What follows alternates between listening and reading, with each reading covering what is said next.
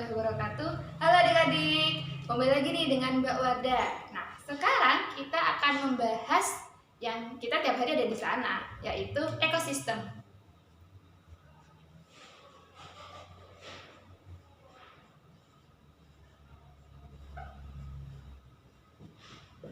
Ekosistem.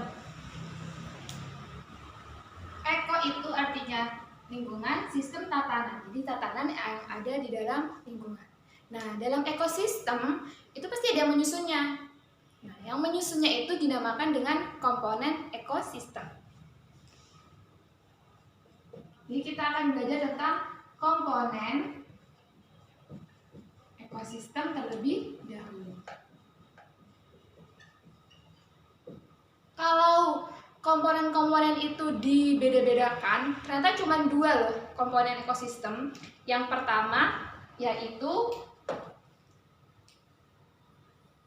komponen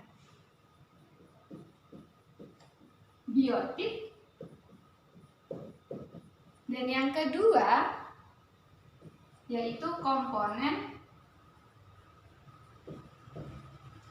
abiotik.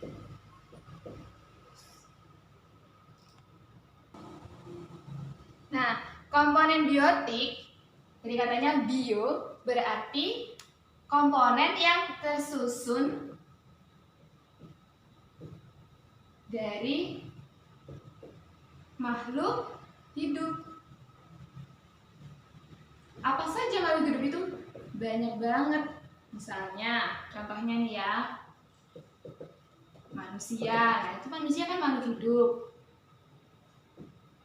Terus tumbuhan, mangga, ada rumput, jamur misalnya, dan banyak lagi. Nah, kalau komponen abiotik berarti kebalikannya dong, yaitu benda tak hidup. Berarti yang dia nggak hidup. Apa contohnya yang nggak hidup? Air, terus angin, sinar matahari, kelembapan udara juga masuk sini. Nah, kelembapan udara. Nah, itu tadi komponennya. Jadi simpel kan? Cuma ada dua. Nah, isinya baru yang banyak, macam-macam.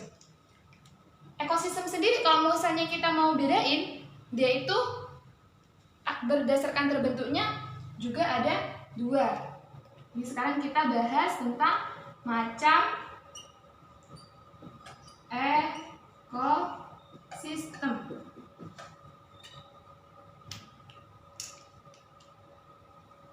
Ada berapa tadi? Ada dua. Yang pertama dinamakan dengan ekosistem alami, berarti dia terbentuk oleh alam tanpa campur tangan dari manusia. Jadi manusia nggak terpetik, udah di sana aja ekosistem alami. Contohnya misalnya hutan hujan tropis,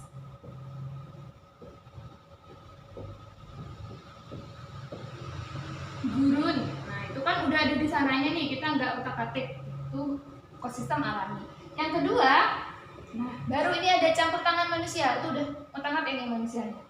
Namanya adalah ekosistem buatan. Nah, namanya aja buatan ya. Berarti ada yang membuat, siapa? Manusia. Jadi ini terbentuk karena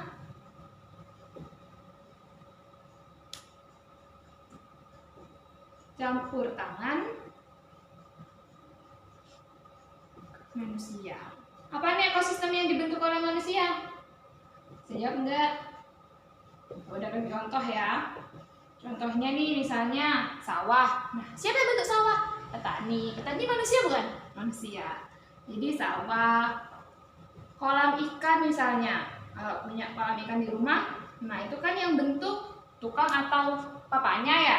Berarti itu merupakan ekosistem buatan.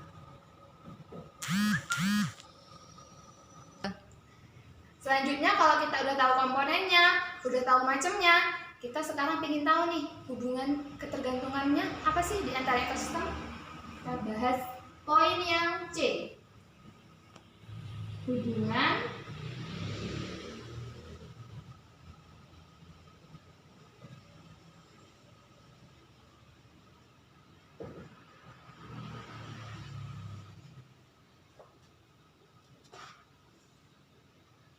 dalam ekosistem. Ekosistem. Jadi ada 4 hubungan yang bisa digambarkan dalam ekosistem itu sendiri. Yang pertama, ini dinamakan dengan rantai makanan.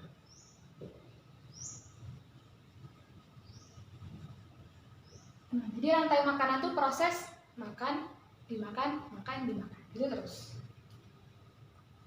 Proses makan, dimakan.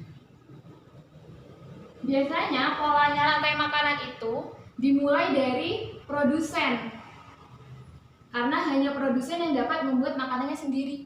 Contohnya produsen adalah tumbuhan, bisa macam-macam.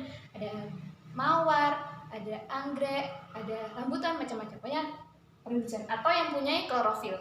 Nah, produsen nantinya akan dimakan oleh namanya konsumen tingkat 1. Konsumen tingkat 1. Nah, konsumen tingkat 1 ini biasanya adalah herbivore karena dia makan tumbuhan. Bisa juga omnivore. Setelah itu konsumen tingkat 1 akan dimakan oleh konsumen tingkat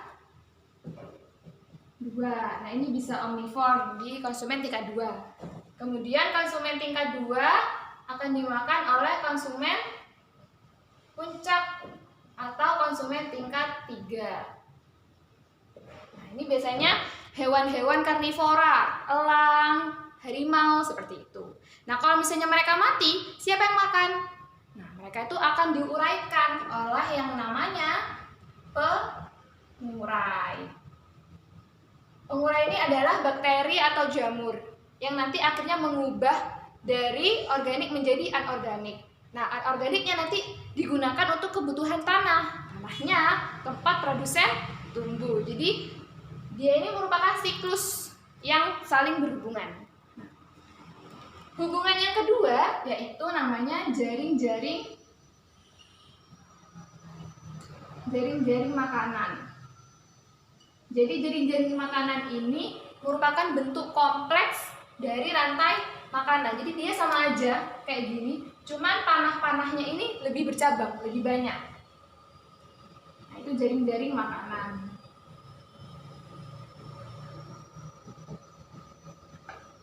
Kalau misalnya di alam, rantai makanan sendiri itu jarang terjadi karena dia kan cuma set gitu aja ya, lurus. Nah, yang terjadi itu seringnya adalah jaring-jaring makanan. Jadi satu produsen yang makan itu bisa banyak. Satu rumput gajah misalnya di sawah yang makan bisa banyak. Ada sapi, ada kambing, ada kerbau, ada ulat, ya banyak. Itu jaring makanan. Nah, hubungan yang ketiga itu dinamakan dengan piramida. Jadi piramida makanan ini maksudnya melihat banyaknya jumlah komponen itu di dalam sebuah ekosistem. Biasanya piramida makanan kalau ekosistemnya itu seimbang, bentuknya segitiga. Ini. Jadi paling bawah yang jumlahnya paling banyak dan paling atas yang makin mengerucut itu jumlahnya paling sedikit. Kira-kira mana yang paling banyak jumlahnya? Yang paling banyak dimakan dan menyediakan makanan, yaitu produsen. Jadi produsen itu letaknya di bawah. Jumlah dia tuh harus banyak. Jadi jumlah tumbuhan hijau atau yang berklorofil di bumi ini harus banyak. Baru ke atas itu yang memakan. Jadi ini adalah konsumen 1. Ini konsumen 2, terus ini adalah konsumen 3. Jumlahnya paling sedikit. Dan yang keempat hubungannya itu adalah arus energi. Kalau ada gambar lagi ya piramidanya.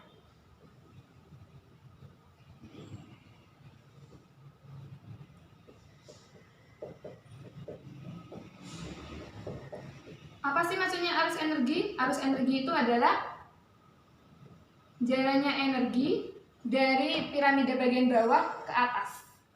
Jadi dari produsen energinya yang diambil oleh konsumen tingkat 1 dari produsen itu 10%. Sama, dari konsumen tingkat 1 ke sini juga 10%. Dari konsumen tingkat 2 ke konsumen tingkat 3 juga 10%. Jadi dari semua energi, kalau misalnya ada burung memakan ulat, energi yang diambil dari ulat oleh burung itu cuma 10% dari tubuh si ulat.